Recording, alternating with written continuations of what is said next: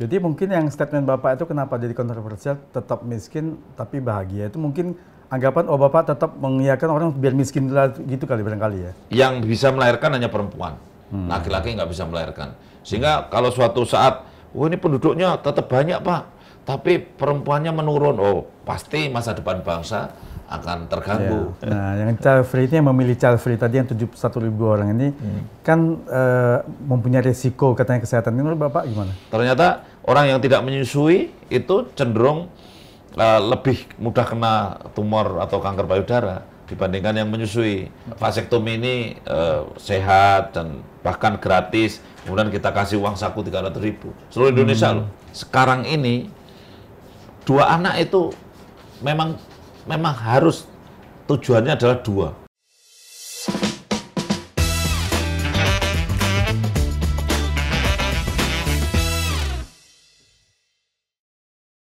Selamat datang di SR On, Sharing and Discussion bersama saya Edi Wijaya. Kali ini saya berkunjung ke kantor BKKBN, Badan Kependudukan dan Keluarga Berencana Nasional, untuk ngobrol dengan Kepala BKKBN yang selalu mengeluarkan statement yang unik dan kontroversial. Untuk lebih jelasnya, langsung saja kita ngobrol dengan Dr. Hasto Wardoyo. Selamat siang Pak Dokter, apa kabarnya? Ya, baik, alhamdulillah sehat Pak Edi. Wah, ini saya dengar Bapak kan sudah pernah menjadi Bupati Kulon Progo 2 periode. Nah, waktu itu selaku Bupati, sering praktek juga sebagai dokter. Nah, sekarang sebagai Kepala BKKBN, apakah tetap masih praktek sebagai dokter? Iya, karena dulu kan pesan ibu saya, itu kan sebelum ibu saya meninggal ya, itu pesannya, kan, waktu saya mau jadi Bupati, ya ditanya, lu kamu mau apa lagi ini?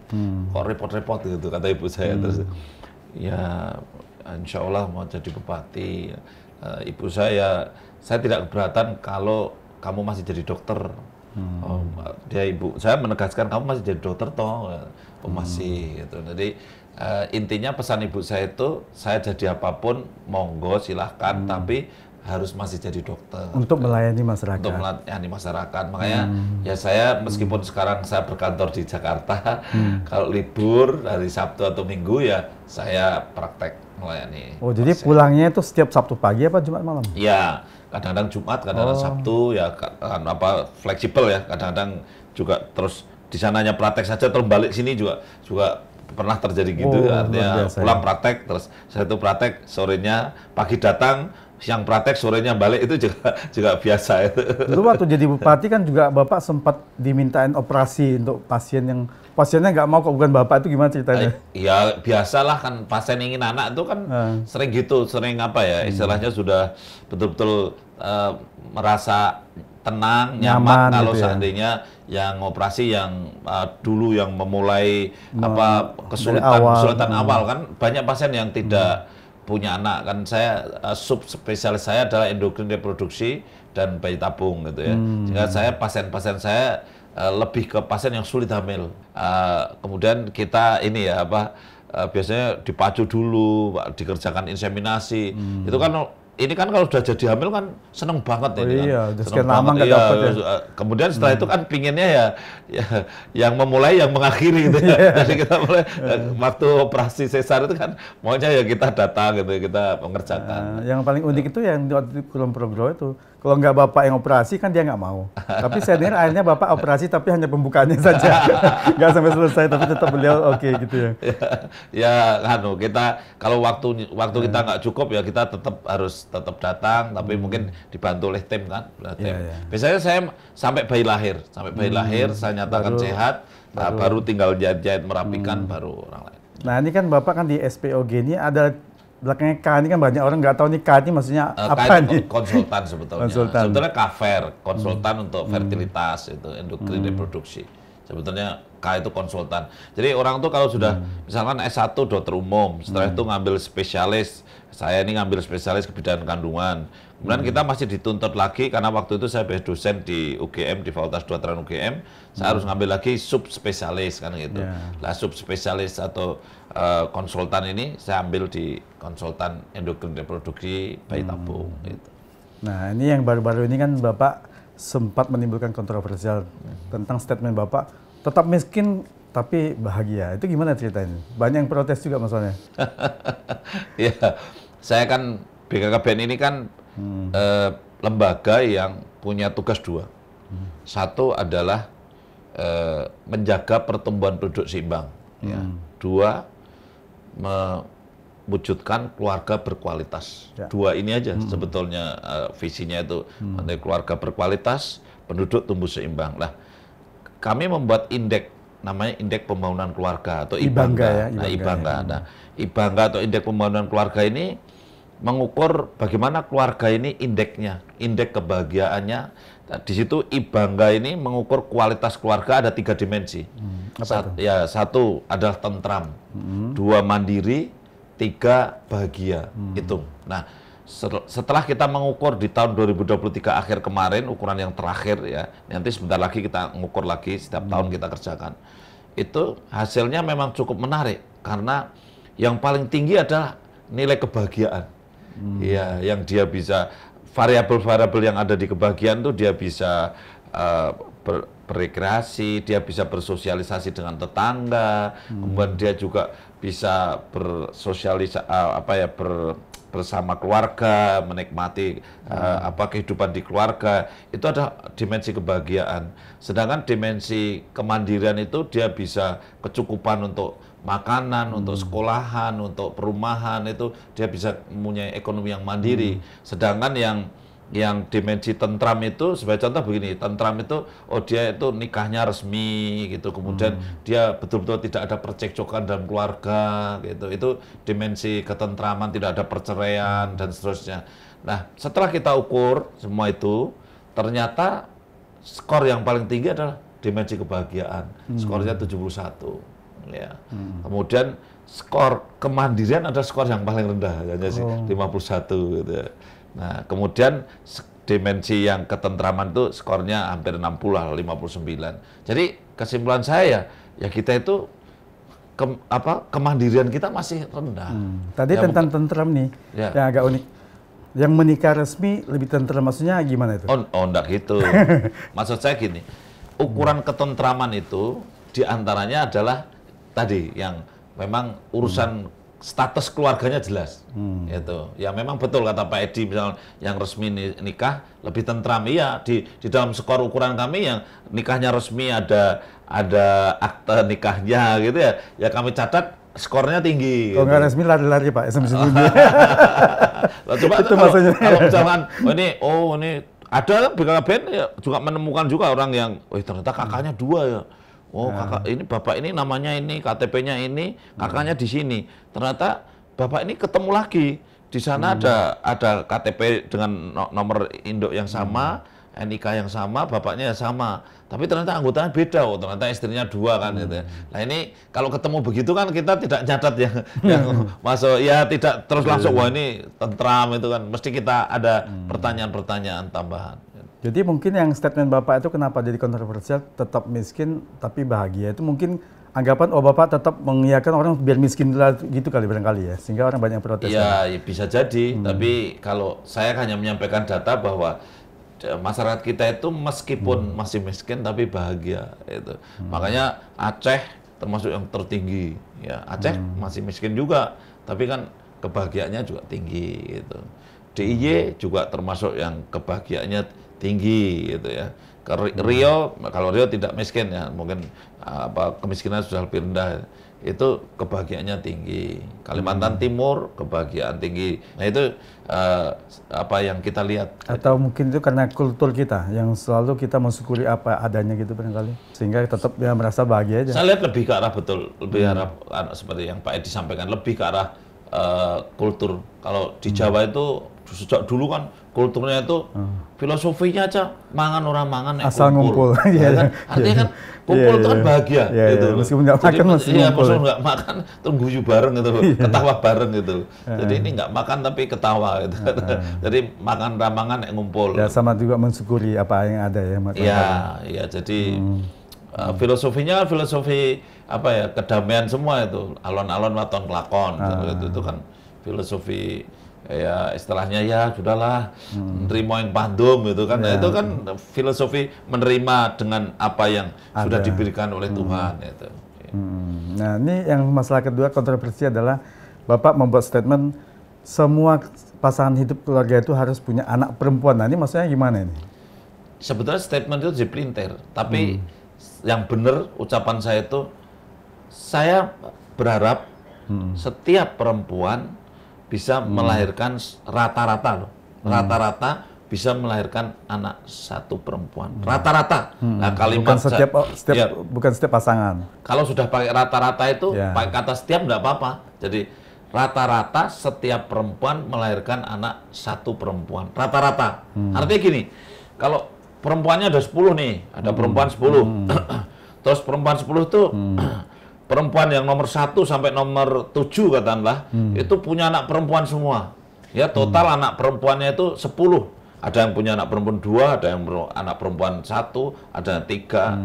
Bahkan yang perempuan ke 8, 9, 10 itu nggak punya anak perempuan, nggak masalah. Karena rata-rata sudah perempuannya 1. Gitu.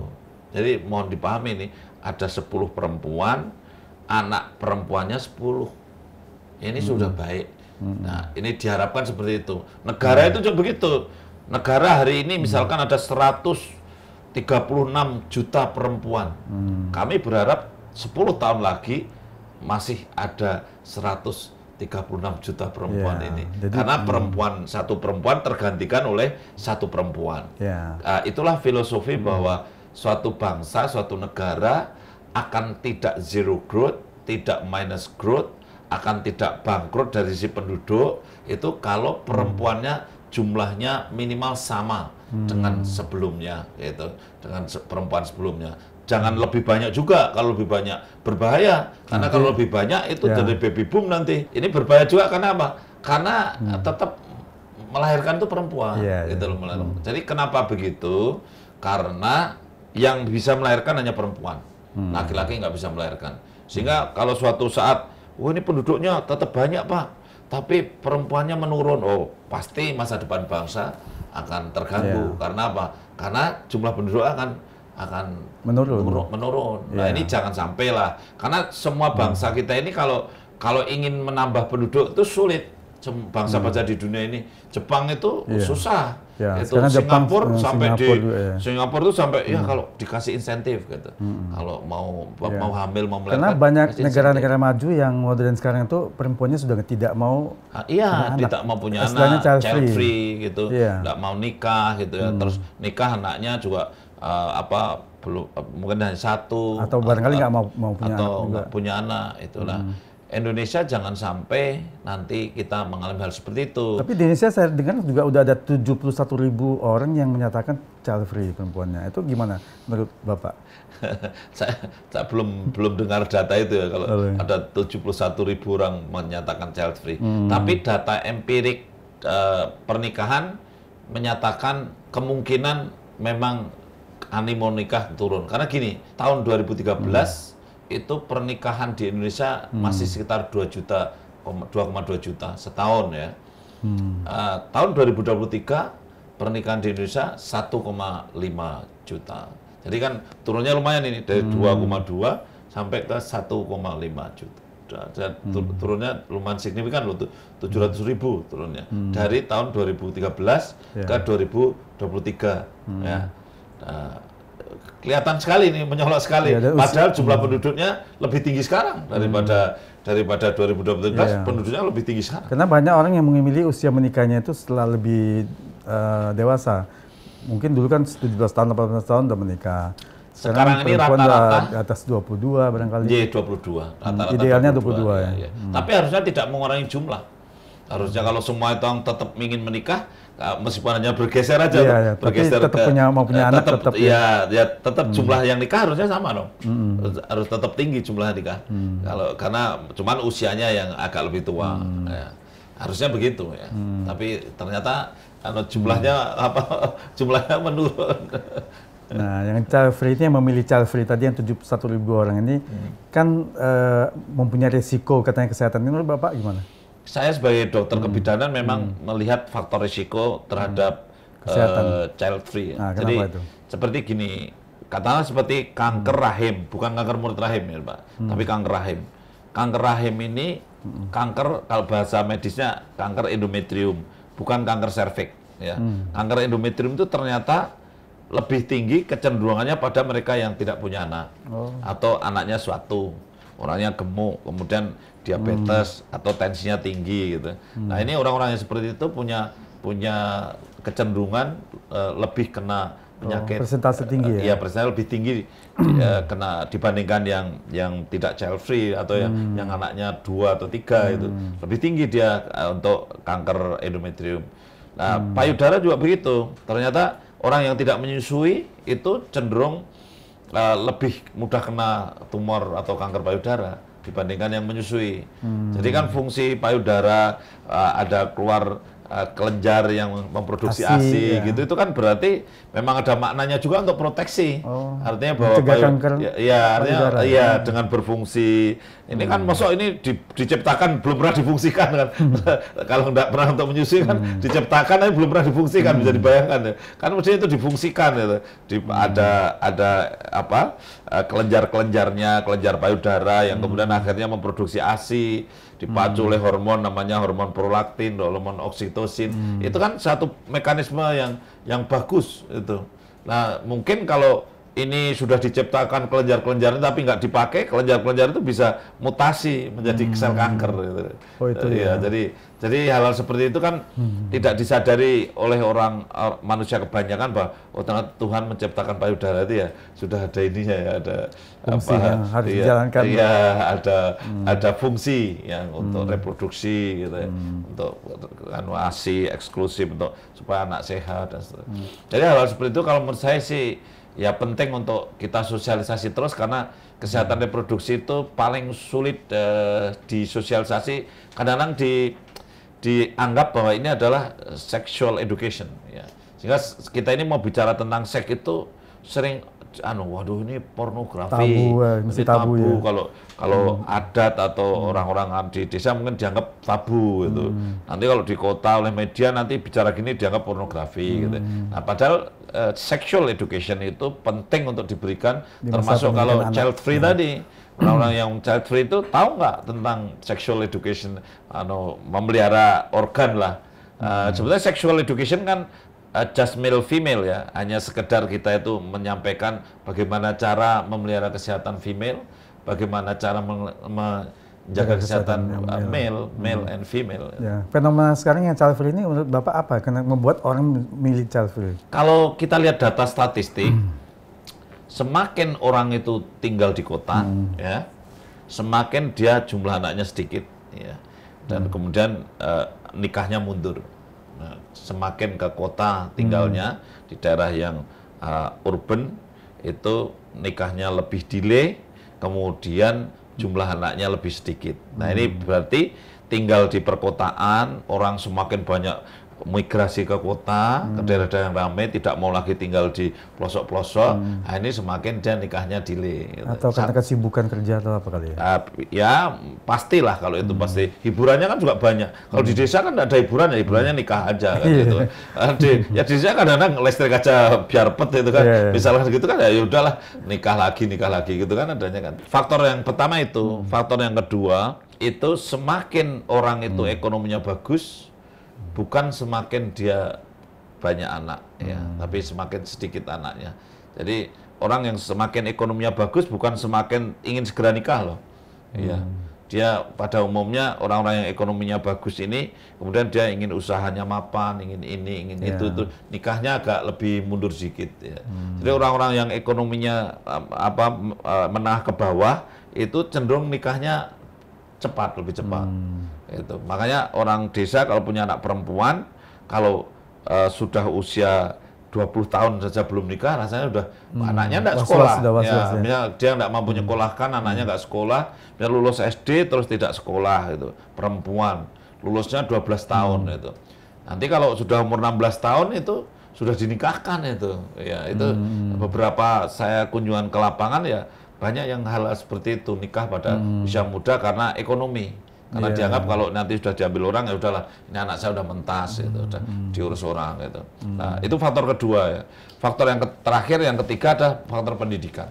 Jadi yang pertama tadi rural urban, tempat tinggal, yang kedua itu kaya miskin, artinya status ekonomi, yang ketiga adalah status pendidikan. semakin orang pendidikannya tinggi, semakin delay nikahnya. Nah, jadi wajar dong, karena kalau orang semakin sekolah kan tidak ingin nikah-nikah, pokoknya sekolah dulu, Pingin sekolah dulu ya, sampai jadi nggak selesai. nikah-nikah itu Sampai S2, wajar. S3 gitu ya, ya. bukan orang ambil S2, S3, ya S1 pun juga terus otomatis nikahnya sudah hampir mundur gitu ya. tahunan kali. Nah, sehingga kesimpulannya ya yang membuat kenapa cenderung ada child free, cenderung pernikahannya jumlahnya turun, cenderung rata-rata nikahnya usianya agak mundur adalah karena kemajuan 3 hal tadi. Ya, 1 kemajuan pendidikannya, 2 kemajuan sosial ekonominya, kemudian yang ketiga sekarang ini hampir-hampir antar kabupaten antar ini sudah ketemu karena jadi kota semua kesannya kan. Jadi kehidupan itu sudah lebih banyak di kota. Hari ini orang yang tinggal di kota hampir 60% dibandingkan yang tinggal di desa. Ya, jadi 60%. Kalau dulu kan kebalikannya. Dulu kan pernah 80% penduduk tinggal di desa. Kalau sekarang 60% penduduk tinggal di kota, yang di desa tinggal 40%. Nah itu saya kira kalau ditanya kenapa orang kita datanya kemudian child free ada, kemudian nikah mundur itu. Hanya satu hal Pak Edi ya, yang saya prihatin itu apa? BKBN itu kalau tanya misalnya, Anda ini tanya pada perempuan-perempuan usia 20, perempuan dan laki-laki usia 20 sampai 30, 35 lah. Kita tanya dalam survei namanya SDKI. Kita tanya, kapan Anda itu hubungan seks pertama? Maka jawabannya dia rata-rata umur 15 sampai 19. Rata-rata. Jadi laki-laki 74% hubungan seks pertama usia 15 sampai 19. 74%. Nah, perempuan sekitar 60% hubungan seks pertama pada usia 15 sampai 19. Tapi ketika orang-orang itu ditanya, kapan kamu nikah pertama kali? Jawabannya 22, rata-rata. Artinya apa? Artinya nikah semakin mundur, hubungan seks semakin maju. Itu loh. Ini yang harus prihatin. Kalau kita melihat ini nggak prihatin, terlalu. Karena ini kan berarti banyak perzinahan kan gitu. Nah, ini yang apa ya, tugas kita bersama ya. Kalau kita itu ingin memerangi seks bebas, seks di luar nikah, ya ini menjadi masalah. Ya, mungkin pendidikan moral di keluarga dan agama barangkali bisa lebih difokuskan lagi. Tapi data ini harus hidup kalau menurut saya. Harus orang pada ngerti, aduh iya ya sekarang ini ternyata hubungan seks itu maju. Anak-anak tuh SMP udah pada hubungan seks, padahal nikahnya mundur. Iya, jadi harusnya para ya pemuka agama, ya para tokoh itu orang tua itu harus lebih care. Gitu. Kalau menurut saya hal seperti itu, supaya tidak terjadi unwanted pregnancy, kehamilan yang tidak diinginkan, kemudian akhirnya juga pernikahan yang sifatnya mudah terjadi perceraian karena hanya gara-gara nikahnya karena nikah bukan bukan karena perencanaan yang bagus itu. Jadi akhirnya jodoh di tangan Hansip kan misal gitu kan. Terjadi mungkin yang tadi hubungan sebelum pernikahan itu barangkali apa yang mendasari dan kenapa yang kalau menurut Bapak, pandangan Bapak selain hubungan bebas? Ya pacarannya jauh lebih bebas daripada dulu. Kalau Pak Edi, zaman Pak Edi kalau pacaran kan paling surat-suratan ya. Ya saya enggak tahu. Ketemu juga malu-malu. Ketemu kan malu-malu. Saya pernah punya pacar SMP, SMA itu kan kita bikin surat terus dikasih gambar I love you gitu. Dipanah itu kan. Wah, sudah berdebar-debar itu. Pribadi. Kalau dulu kan gitu. Orang nggak pernah ketemu gitu. Meskipun kita ini satu kelas tuh naksir gitu. Terus kita ingin nembak teman kita sendiri. Kan kita nggak pernah terus ngobrol terus itu nggak pernah. Masih malu-malu, malu sekali itu SMP malu. Terus kita kirim surat aja, kirim surat itu nulis terus suratnya digambari daun baru itu kan. Terus waduh seneng banget itu. Apalagi langsung dibalas ya. Kalau dibalas luar biasa. Jadi pacaran model gitu kan masih terjaga, tidak ada emotional shock ya. Emosionalnya emosional daya tarik suka gitu aja. Tapi emotional shock-nya tidak terbangkitkan gitu. Nah kalau sekarang boncengan misalnya gitu kan, mepet-mepet gitu, pegangan itu. Ya mana tahan itu kan. Ya laki-laki itu kan sangat tergoda dengan pandangan. Laki-laki tergoda dengan pandangan. Jika kalau kita memandang apa ya, bagian-bagian yang katakanlah yang menarik gitu ya. Kalau dalam Islam ya auratnya terbuka semua misalnya itu. Wah, kita enggak tahan, Pak. Laki-laki itu gitu. Jadi kalau ada perempuan pakai pakaian mini itu kan, waduh, dengan bahan sedikit tapi beri informasi yang banyak, itu pakaian mini kan. Itu kan, wah, ini siapa itu. Kalau laki-laki itu. Tapi kalau perempuan, Pak, tidak tergoda oleh pandangan. Perasaan. Ya, tapi pakai perasaan. Jadi kalau Pak Edi gini terus pakai pakaian mini itu, perempuan nggak tertarik juga, malah takut itu loh. Bulunya kelihatan bulunya itu. Tapi kalau bulu kakinya kelihatan malah takut, bulu dada takut itu. Lah itu bedanya perempuan sama laki-laki. Lah perempuan itu, laki-laki perempuan sekarang ini kalau pacaran sudah ya dekat-dekatan. Kami juga punya surveinya tuh, sudah ciuman, sudah ini, sudah itu. Nah kan dekat sekali itu. Mungkin keterbukaan itu juga media sosial yang kadang-kadang. Iya, sangat mempengaruhi karena dia bisa komunikasi anytime. Jadi setiap saat di rumah bisa. Kalau dulu kan surat-suratan seminggu sekali paling. Ini pakai pos lagi lama lagi nyampe 3 hari seminggu baru nyampe. Kan banget itu. Jadi hal seperti itu memberikan keleluasaan untuk pergaulan. Termasuk dulu Pak Edi boncengan malu ya, pacaran itu. Kalau sekarang boncengan mau pegangan tangan juga malu. Malu sekali. Kalau sekarang kan lagi itu kan menimbulkan syahwat, menimbulkan emotional sex. Jadi akhirnya laki-laki kalau sudah naik ya, itu laki-laki tidak pernah akan berhenti sebelum mencapai puncaknya. Ya sudahlah akhirnya terjadi. Nah, ada nggak kebijakan BKKBN ini untuk mencegah itu? Misalnya ada upaya apa gitu barangkali? Ya sebetulnya kalau BKKBN melalui kegiatan namanya Bina Keluarga Remaja. Jadi kita punya Bina Keluarga Remaja yang mengumpulkan orang tua remaja untuk kemudian dikasih nasihat bagaimana cara mengawasi anaknya ketika anaknya itu remaja, masa puber, perubahan pada masa puber. Ini apa kita sampaikan dalam sexual education ya. Jadi pendidikan seks komprehensif yang mengantisipasi agar anak-anaknya ini tidak kebablasan, tidak hamil di luar yang dikehendaki. Kemudian usaha yang kedua BKBN adalah membentuk genre. Genre itu generasi berencana. Kita di seluruh Indonesia itu punya sekarang ini punya 162.000 genre. Satu desa dua, satu laki, satu perempuan, satu laki, perempuan. Genre itu adalah anak-anak muda yang kalau dia bicara dengan teman sebaya lebih dipercaya. Saya dokter begini kalau bicara pada anak muda, kamu jangan hubungan seks pada usia 16 tahun ya, karena mulut rahimnya masih menghadap keluar, ektropion, sehingga daerah yang mau jadi kanker masih ada di luar. Kalau Anda hubungan seks, daerah yang mau jadi kanker risiko kankernya tinggi ya. Risiko kanker mulut rahimnya tinggi. Tapi kalau Anda sudah umur 20 tahun, mulut rahimnya sudah menutup, sehingga daerah yang mau jadi kanker tertutup. Sehingga kalau hubungan seks, Anda sudah aman. Saya bicara begitu tuh nggak begitu didengar. Tapi kalau yang bicara teman sebaya, genre tadi, dipercaya dia. Bahasanya kan nyambung.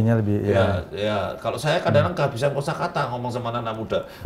Kalau dia nyambung, wah ini, mawarmu masih mekrok, masih belum menguncup gitu, kamu nggak usah gitu-gitu itu.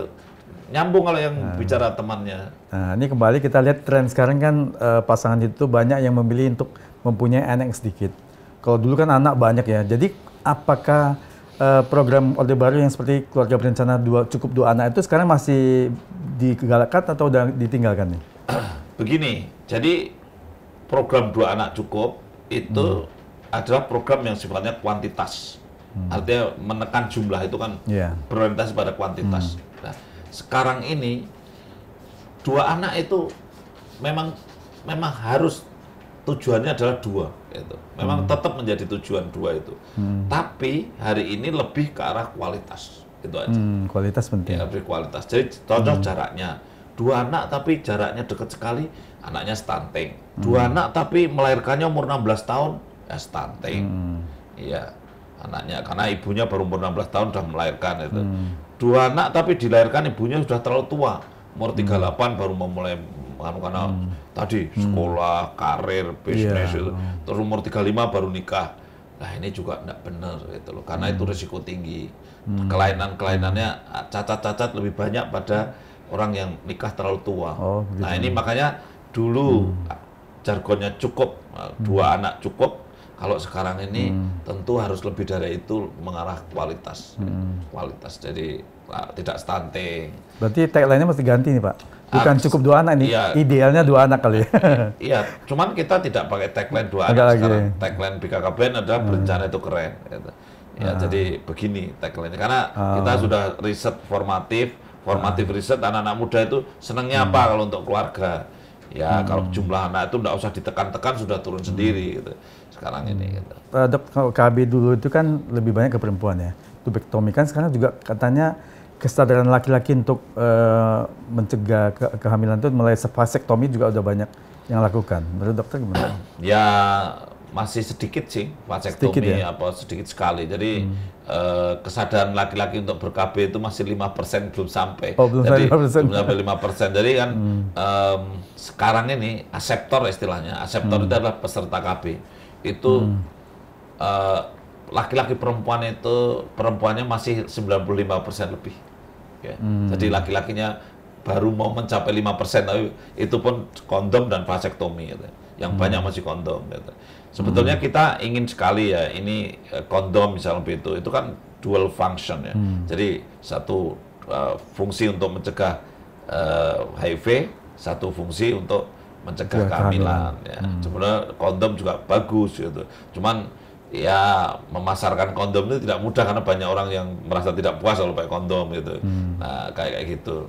Nah, sedangkan vasektomi kita masih punya kendala, banyak orang yang termakan isu kalau di vasektomi nanti kegagalannya, keperkasaannya hilang, berkurang gitu ya berkurang, padahal sebetulnya enggak itu. Sebetulnya hari ini teknologi sudah canggih, kalau orang yang sudah di vasektomi itu kalau memang terpaksa akan hamil lagi, bisa dibuka kembali bisa katanya, rekanalisasi namanya, dioperasi rekanalisasi. Disambung lagi ya. Iya, ada plastik surgery yang bisa mengatasi. Mungkin masalah biaya juga barangkali. Kita gratiskan, semua orang vasektomi kita gratiskan. Gratiskan dari program BKKBN. Bahkan kita kasih uang BKKBN. saku 300.000. Wah, jadi, itu perlu disosialisasikan. Udah disosialisasikan nggak? Mungkin banyak belum ya, tahu. Kita selalu kalau kita keliling ke mana-mana itu kan selalu kita sampaikan ke pedesaan. Vasektomi ini sehat dan bahkan gratis. Kemudian kita kasih uang saku 300.000. Seluruh Indonesia loh. Ya, kalau siapa yang mau vasektomi. Dulu saya waktu jadi bupati pernah juga. Ayo siapa mau vasektomi, tak kasih kambing 1 ekor. Oh, gitu. Sampai begitu ya? Sampai gitu saya. Saya ditarget waktu itu 26 vasektomi. Begitu saya bilang, saya kasih kambing 1 ekor, yang datang 126. Iya, pasti. Kambing saya habis semua. Iya. Terus yang melakukan dokter langsung sendiri atau tim dokter? Ada tim dokter. Ya.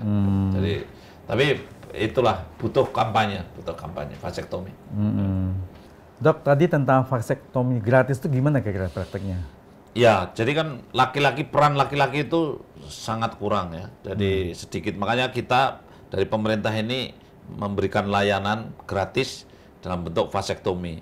Dikerjakan oleh dokter yang memang ahlinya, kemudian mengerjakannya cuman singkat ya, paling ya 10 menit, 15 menit sudah selesai. Dan pasien yang di vasektomi itu tidak mondok. Jadi begitu dikerjakan langsung pulang. Iya. Mungkin mereka takut sakit segala macam. Iya, ya itu banyak yang takut sakit, tapi saya beritahu ini bahwa sakitnya sedikit sekali karena ini istilahnya vasektomi tanpa viso.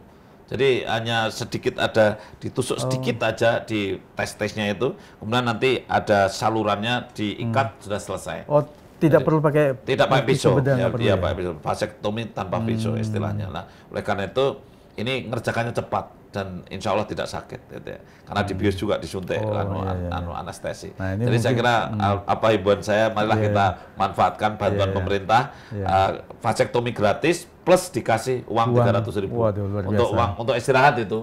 Artinya kalau habis di vasektomi kan nanti ya istirahat sehari 2 hari gitu. Nah, sudah dikasih uang saku. Termasuk juga makanan. Pak Edi tertarik? Jangan-jangan Pak Edi tertarik. Saya sudah lihat masanya, Pak. Sudah lihat masanya. Kalau Pak Edi tertarik kan besok kita jadikan apa ya? Pasien juga ya. Bukan. Ikut programnya. Ini yang menjadi promosi. Untuk promosi dutanya. Duta vasektomi. Duta vasektomi. Ya, Pak Edi bisa jadi duta vasektomi, bisa cerita. Saya sudah vasektomi, enggak apa-apa, tetap sehat, tetap gitu. Ya, tetap jos. Gitu. Bisa dipertimbangkan, Pak. Jadi vasektomi itu bisa kita layani ke seluruh kabupaten kota di seluruh Indonesia. Di daerah itu ada namanya dinas KB. Di masing-masing kabupaten kota ada dinas KB. Nah, disitulah Nah, ada penyuluh-penyuluh KB di wilayah Bapak Ibu semuanya, di seluruh Indonesia ada penyuluh KB. Di bisa kecamatan, kesana, ya? mendaftarlah ke penyuluh KB setempat, kemudian nanti akan kerjakan vasektomi di ya fasilitas kesehatan terdekat oleh dokter yang ahli. Ya. Dok, ini kan dokter ditugaskan Pak Jokowi untuk sebagai Kepala BKKBN untuk menurunkan angka stunting yang pada tahun 2019 itu masih 27,6%. Untuk mencapai target turun menjadi 14% di tahun 2024 ini. Apakah itu bisa tercapai, Pak? Ada dua angka ya stunting itu. Ada angka survei, ada angka real. Gitu. Angka real itu angka yang di collecting di posyandu itu. Ya, namanya EPPGBM. Kalau angka PGBM berdasarkan by name by address tercapai. Ya, ini adalah elektrolit untuk pendataan, pengukuran penimbangan berbasis masyarakat. Ya. Sehingga pencatatan berbasis masyarakat itu disingkat EPPGBM itu. Sebetulnya itu adalah pencatatan secara elektronik berbasis masyarakat lah intinya itu. Contohnya apa? Posyandu, ya kan gitu. Jadi kalau berdasarkan catatan yang ada di posyandu, by name, by address-nya ada, maka stunting kita sudah jauh di bawah 20%. Ya, bahkan kemarin ketemunya 6%. Gitu. Nah, tetapi kalau disurvei, stuntingnya ketemu 21%. Gitu. Nah, ada dua data yang beda. Satu adalah data quick count, satu adalah real count. Kan, gitu. Nah, jadi kalau tadi Pak Edi tanya tercapai nggak? Kalau berdasarkan real count tercapai. Tapi kalau berdasarkan quick count belum tercapai. Kan, gitu. Nah, usahanya apa?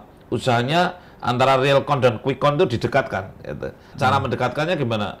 Yang datang ke penimbangan harus lebih semuanya, banyak lagi. Lebih banyak, semuanya harus mendekati 100%. Maka kalau Anda ikuti pemilu pilkada atau pilpres, kalau masih terkumpul 20%, wah angkanya masih jauh. Tapi kalau udah 80%, udah deket. Gitu. Nah, caranya makanya sebanyak mungkin. Nah, itulah. Tapi kami optimis karena WHO sendiri memberikan batasan kalau seperti Indonesia ini yang penting sudah di bawah 20%. Saya optimis ini bulan Agustus ini kan survei lagi. Saya optimis ya kalau toh mencapai 14% itu berat, tapi di bawah 20%. Ya. Karena sesuai dengan WHO. Ya.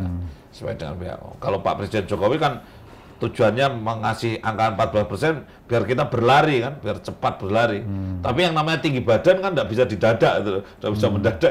Tinggi badan itu kan proses evolusioner, jadi kan orang itu pertumbuhan. Beda dengan berat badan. Berat badan itu begitu minum air putih 2 gelas naik 1 kilo gitu kan. Tapi tinggi badan nggak bisa begitu. Jadi evolusioner. Jadi makanya kalau menurut saya kita bisa di bawah 20% nanti sudah bagus. Nah, ini berkaitan dengan stunting ini kan saya lihat nih Menteri PPN ya, Perencanaan Pembangunan Nasional Pak Suarso Monoarfa pernah bilang nih anggarannya 30 triliun, tapi kok digunakan sebagian untuk ada perbaikan puskesmas yang nggak ada hubungan dengan stunting ini, Bapak melihatnya gimana? Mungkin tidak kita lihat mencermati data, mencermati keuangan atau data anggaran itu kan harus detail ya. Contoh gini. Kalau sekarang ini anggaran 30 triliun misalnya itu. Yang 20 triliun diberikan ke Kementerian Sosial untuk PKH, program Keluarga Harapan, bantuan sosial, 20 triliun ya gitu. Yang 7 triliun kurang lebih itu di Kementerian Kesehatan untuk bayar BPJS. Ya. Nah, bisa dipahami mungkin yang dikritik menurut saya gini, itu yang di PKH kan tidak mesti untuk orang stunting. Ya kan, padahal itu anggaran stunting kan itu. Nah, itu yang di Kementerian Kesehatan untuk bayar BPJS kan belum tentu orang stunting. Sehingga akhirnya sisanya tinggal 3 triliun itu. Ya tinggal 3 triliun itu yang dipakai untuk berbagai macam kegiatan selain yang 2 pos besar tadi. Ya untuk 14 kementerian lembaga. Sebetulnya seperti itu. Kalau setahu saya sih dari itu hampir tidak ada anggaran yang 30 triliun itu yang keperuntukannya itu untuk bangun pagar itu nggak ada. Saya tahu detail dari 30 triliun itu. Tapi kalau misalkan ini di daerah itu ada pakai uangnya sendiri misalkan. Terus daerah itu pakai uangnya sendiri. Nah, ini harus ada anggaran untuk stunting. Waduh, untuk stunting nggak punya uang lagi nih. PAD-nya, APBD-nya terbatas. Terus daerah itu bersih lingkungan, bersihkan sungai, bersihkan jamban itu. itu diakukan sebagai untuk stunting, ada begitu itu. Tapi bukan uang 30 triliun ini untuk membangun misalkan untuk sebagian kecil itu enggak ada itu. Tapi kalau daerah bikin pagar, bersih-bersih lingkungan, bikin jamban, ada. Dan kemudian di state sebagai bahwa itu untuk program stunting. Karena apa? Stunting itu 70% disebabkan faktor lingkungan. Jambannya nggak bagus, airnya nggak bersih, gitu. Nah, kemudian itu 70%. Bukan hanya asupan gizi saja yang kurang. Enggak. Anda dikasih asupan gizi kalau Anda cacingan gimana? Ya kan tetap Anda dikasih karena kurang bersih lingkungannya. Anda dikasih asupan gizi tapi Anda diare terus karena lingkungannya enggak bisa, tetap stunting itu. Anda dikasih makanan gizi terus tapi Anda TBC, wah enggak bisa. Oh, berarti itu adalah program sampingan yang dilakukan untuk mendukung program utamanya. Iya. Sebetulnya kan nanti kalau misalkan orang rumahnya harus sehat supaya tidak stunting, terus orang tuh bangun rumahnya dibersihkan, terus dikasih pagar. Terus apa salah itu orang? Ya bagus. Jadi program pendukungnya. Iya. Pendukung tapi utama itu. Karena apa? 70% faktornya itu. Gitu. Anda, ini dalam rangka mencegah stunting, aku bikin sumur yang bersih gitu. Kemudian sumurnya bagus lah untuk kan di desa sering ada sumur komunal itu. Satu sumur untuk rame-rame gitu. Yang supaya bersih dibuat saringannya segala macam. Iya, misal begitu. Supaya anaknya nggak jatuh dalam sumur dipagari.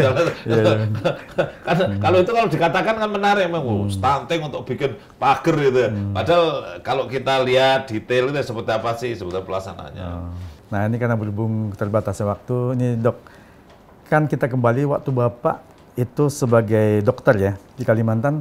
Saya pernah dengar Bapak pernah menggunakan perahu apung untuk melayani masyarakat sampai ke pelosok-pelosok. Tiap hari. Karena gini, saya kan ditempatkan di Kenohan. Kenohan itu kecamatan Kenohan itu kecamatan yang rawa-rawa semua. Ada Danau Semayang, ada Danau Jempang, Danau Melintang itu di situ. Dan mayoritas penduduknya tinggal di atas air gitu. Di daerah situ tinggal di atas air. Sehingga kita hari-hari itu transportasi emang waktu itu nggak ada, transportasi darat nggak ada.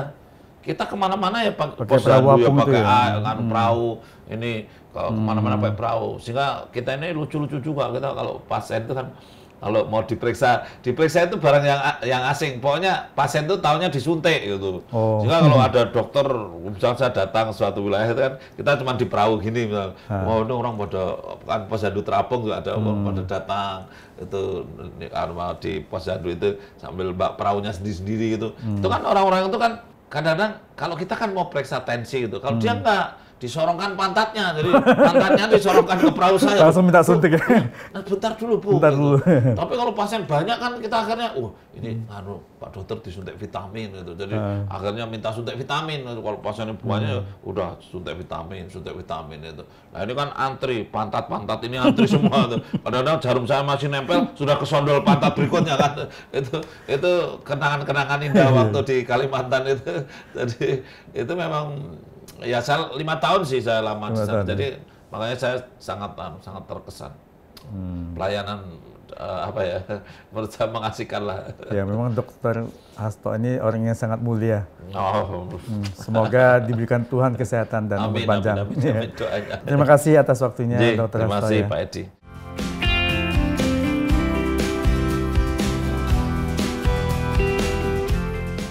Demikian Sobat SR-On, obrolan saya dengan Dr. Hasto Wardoyo. Beliau orang yang sangat mulia karena berprofesi sebagai bupati, beliau juga tetap melayani masyarakat sebagai dokter. Dan saat ini sebagai Kepala BKKBN, beliau tetap melakukan praktek dokter di weekend, hari Sabtu atau Minggu untuk melayani masyarakat. Nantikan obrolan berikutnya tetap menarik bersama narasumber yang luar biasa. Sampai jumpa.